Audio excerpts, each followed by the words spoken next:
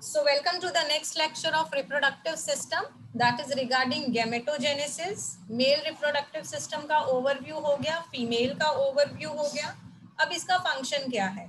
Main function है gametes produce करना, producing gametes और formation of gametes. Formation का मतलब होता है genesis.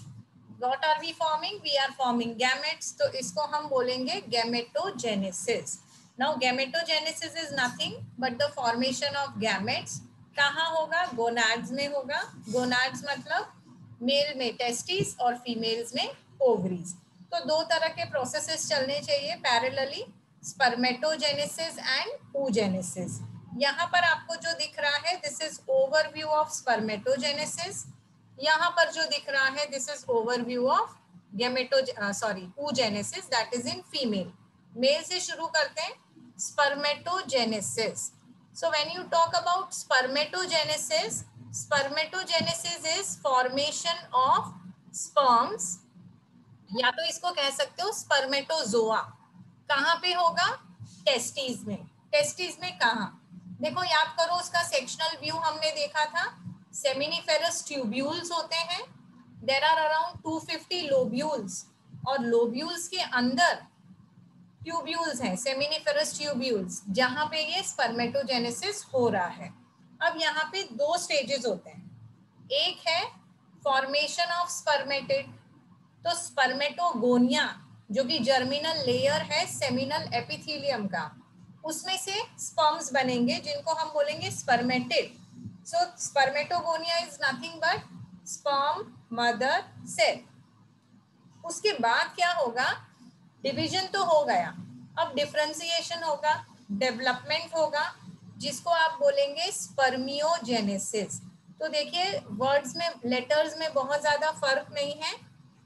स्पर्मिएशन इसका मतलब है फॉर्मेशन और transformation of spermatid into sperm. It is also known as spermiogenesis. और ये हो जाएगा formation of spermatid. So both of them together will be known as spermatogenesis. शुरू करते हैं. How does it take place? देखो, सेमिनल वेसिकल के अंदर बहुत सारे स्पर्मेटोगोनिया हैं. अब स्पर्मेटोगोनिया क्या है? Sperm mother cell. कैसे होंगे ये? डिप्लॉइड होंगे. तो पहले तो हम क्या करेंगे, स्पर्मेटोगोनिया का नंबर इंक्रीज करेंगे, क्योंकि बहुत सारे स्पर्म्स प्रोड्यूस करने हैं. Millions and millions of sperms have to be produced. तो उसके लिए हमको स्टार्टिंग मटेरियल क्या लगता है? स्पर्मेटोगोनिया. तो बहुत सारे स्पर्मेटोगोनिया चाहिए.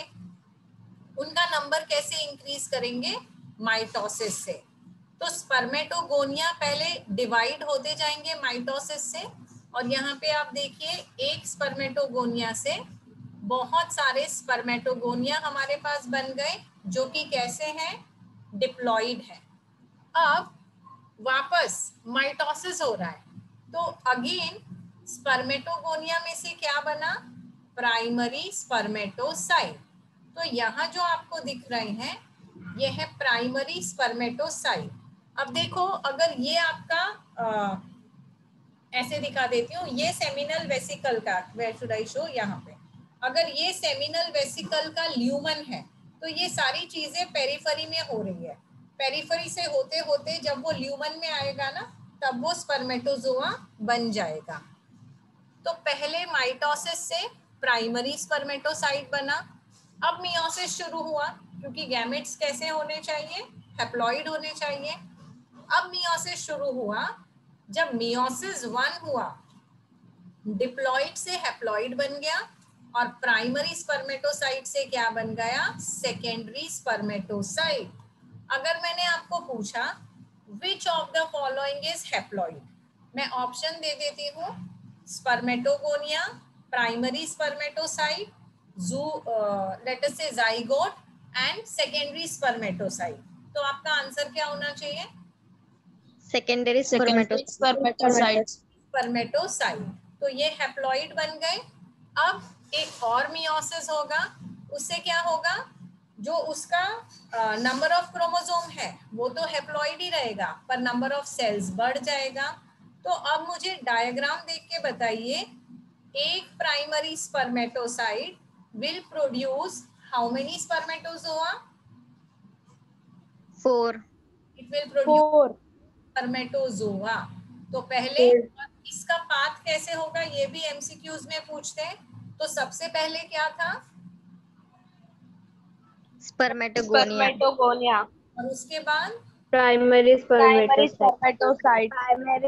Secondary spermatocyte, Spermatocyte. Secondary spermatocytes. Spermatocyte. Spermatid और spermatozoa. अब ये जो स्पर्मेटिड बन गया तो वहां तक हो गया आपका स्पर्मेटोजेनेसिस का फेज 1। अब जब स्पर्मेटिड से स्पर्मेटोजोआ बनेगा, यहाँ पे कोई डिवीजन नहीं हो रहा है, यहाँ पे डेवलपमेंट हो रहा है, तो इसको आप बोलेंगे स्पर्मियोजेनेसिस। समझ में आ रहा है? यहाँ से यहाँ तक एक फेज है और यहाँ से यहाँ तक दूसरा फेज है, that is known as spermiogenesis. Okay, यहाँ पे देख लेते हैं हो क्या रहा है। So if I take my pointer, ये है आपकी सेमिनल वेसिकल का सेक्शनल व्यू। तो सेमिनल वेसिकल में दो तरह के सेल्स हमने पढ़े थे, कौन से? एक तो थे स्पर्मेटोगोनिया और दूसरे थे सर्टोली सेल्स। देखो ये जो ब्लू कलर के हैं ये है सर्टोली सेल्स, और ये जो बड़े न्यूक्लियस वाले ब्राउन सेल्स हैं ये है स्पर्मेटोगोनिया। स्पर्मेटोगोनिया का माइटोसिस हुआ तो आपको प्राइमरी स्पर्मेटोसाइट मिला, फिर उसका मियोसिस हुआ तो आपको सेकेंडरी स्पर्मेटोसाइट मिला। यहाँ पे डायग्राम में देखो, प्राइमरी उसके बाद सेकेंडरी, और उसके बाद फर्दर वो क्या बन गया? सेकेंड मियोटिक डिवीजन के बाद वो बन गया स्पर्मेटिड। यहाँ आपको दिख रहे हैं अर्ली स्पर्मेटिड, यहाँ आपको दिख रहे हैं लेट स्पर्मेटिड। देखो जब स्पर्मेटिड बन जाते हैं तो वो डूब जाते हैं सर्टोली सेल्स के अंदर। So a primary spermatocyte gives you 4 spermatid और 4 स्पर्म, और स्पर्मियोजेनेसिस के बाद क्या हो जाएगा? जो स्पर्म है वो अपना हेड डुबो देंगे सर्टोली सेल्स में। क्यों? क्योंकि वहां उनको न्यूट्रिशन मिल रहा है, और फिर वहां से वो सारे इकट्ठे होके सेमिनिफेरस ट्यूब्यूल में से रिलीज हो जाएंगे। तो जब वो रिलीज होंगे तो इसको क्या बोलेंगे? Spermiation. So now give me definition of spermiation. What is spermiation? It is release of sperms from seminiferous tubule. जैसे टेस्टिस में से स्पर्मिएशन होगा वैसे ओवरी में से ओव्यूलेशन होगा। क्लियर है ये? Yes, ma'am. अब ये जो स्पर्मेटोजेनेसिस हो रहा है ऐसे ही तो शुरू नहीं हो जाएगा। देखो पैदा होते ही हम बॉय स्पर्म्स प्रोड्यूस करना शुरू नहीं कर देते, they will wait for puberty. तो प्यूबर्टी तक वेट क्यों करना पड़ रहा है? टेस्टिस तो प्रेजेंट है, अंदर स्पर्म मदर सेल्स भी प्रेजेंट है, तो स्पर्म बनना प्यूबर्टी के बाद ही क्यों शुरू हुआ? यहाँ पे आता है रोल ऑफ हार्मोन्स। तो कौन से हार्मोन्स है जो स्पर्मेटोजेनेसिस को कंट्रोल कर रहे हैं या रेगुलेट कर रहे हैं या कॉज कर रहे हैं? सो स्पर्मेटोजेनेसिस का मैसेज कहाँ से आएगा? आपके ब्रेन में, मिड ब्रेन में हाइपोथैलेमस है। हाइपोथैलेमस रिलीजिंग हार्मोन सिक्रीट करेगा, वो भेजेगा पिट्यूटरी को। पिट्यूटरी गोनाडोट्रोपिन सिक्रीट करेंगे। कौन से? 2 गोनाडोट्रोपिन, ये मेल में भी होते हैं फीमेल में भी होते हैं। So the gonadotropins are luteinizing hormone and follicle stimulating hormone. Luteinising hormone कहाँ जाके बाइंड होंगे? उसके रिसेप्टर हैं लेडिक सेल्स में। याद करो लेडिक सेल्स कहाँ थे? सेमिनल वेसिकल के जो बाहर वाला हिस्सा था वहां पे थे, और वो क्या सिक्रीट करेंगे? Androgen, testosterone. जैसे ही टेस्टोस्टेरोन ब्लड में सिक्रीट हुआ उसने जाके वापस से मैसेज दिया सेमिनल वेसिकल को कि अब हमें स्पर्मेटोजेनेसिस शुरू करना है। इसी तरह से एफएसएच क्या करेगा? सर्टोली सेल्स पे जाके एक्ट करेगा। सर्टोली सेल्स क्या करेंगे? स्पर्मियोजेनेसिस को और ज्यादा स्टिम्युलेट कर देंगे। तो अब ये जो स्पर्म्स बने थे ये रिलीज होना भी शुरू हो जाएंगे। तो do remember the role of LH and FSH in spermatogenesis and spermiogenesis. ये जो स्पर्म फाइनली आपको बन के मिला, ये कैसा दिखेगा? सबसे पहले तो उसकी साइज देखो, 60 माइक्रोन। मैडम दूसरे लेक्चर तो है अभी। Size of the sperm will be 60 micron और 0.06 मिलीमीटर लॉन्ग, मतलब it is very small, microscope में देखना पड़ेगा। पूरा स्पर्म कवर्ड होगा प्लाज्मा मेम्ब्रेन से, और उसके 3 मेन पार्ट्स हैं, कौन कौन से? हेड, मिडल पीस और टेल। अब ये जो हेड, मिडल पीस और टेल है, सबके अलग अलग फंक्शंस हैं। हेड का शेप क्या है? हेड का शेप है ओवल। उसके अंदर 2 इंपॉर्टेंट चीजें हैं, न्यूक्लियस और एक्रोजोम। ये जो एक्रोजोम है ये बहुत काम की चीज है। क्या है इसके अंदर? गोल्गी कॉम्प्लेक्स है। गोल्गी कॉम्प्लेक्स क्या करेंगे? एंजाइम सिक्रीट करेंगे। कौन सी एंजाइम? Lytic enzyme. आप नाम याद रख सकते हैं, हाइल्यूरोनिडेज, जो कि हाइल्यूरोनिक एसिड को break down, hyaluronic acid secrete करने वाली है, ताकि क्या हो सके? ओवम के अंदर एंट्री हो सके। तो ये हो गया आपका हेड, ये हो गया acrosome with the lytic enzymes, Golgi body secrete करेंगे उसको। मिडल पीस, नेक, हेड के बाद थोड़ा सा नेक है और फिर मिडल पीस है, जिसमें बहुत सारे माइटोकॉन्ड्रिया है, and it is composed of axial filament which is supposed to be a cytoskeletal structure.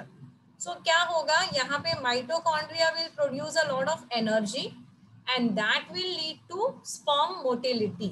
ये जो टेल है इसके अंदर भी सेंट्रल एक्सियल फिलामेंट है, जो उसको मूव करने के लिए हेल्प करेगी with the help of undulating movement. Undulating मतलब वो जो फ्लैजिलेटेड जैसे मूवमेंट होते हैं ना, वैसे। इसको स्विम करके जाना है फेलोपियन ट्यूब तक, जिसमें कम से कम 5 से 6 घंटे लगेंगे इवन आफ्टर इजैक्यूलेशन। तो तब तक इसको सरवाइव भी करना है, उसके लिए एनर्जी चाहिए, स्विम करना है, उसके लिए भी एनर्जी चाहिए। एक कॉपुलेटरी एक्ट में कितने स्पर्म्स इजैक्यूलेट होंगे? 200 to 300 million. That is sperm count के एक पर्टिकुलर में कितने स्पर्म्स इजैक्यूलेट हुए। अब ये जो स्पर्म्स हैं ये ओवम को फर्टिलाइज कब कर पाएंगे? तभी फर्टिलाइज कर पाएंगे जब कम से कम 60% sperms have got normal shape and 40% of the sperm has got vigorous motility. अगर वो अच्छे से स्विम नहीं कर पाए, वो ओविडक्ट तक नहीं पहुंचेंगे और फर्टिलाइजेशन नहीं होगा। So we stop here. oogenesis next lecture में करेंगे। Thank you. You can leave the meeting.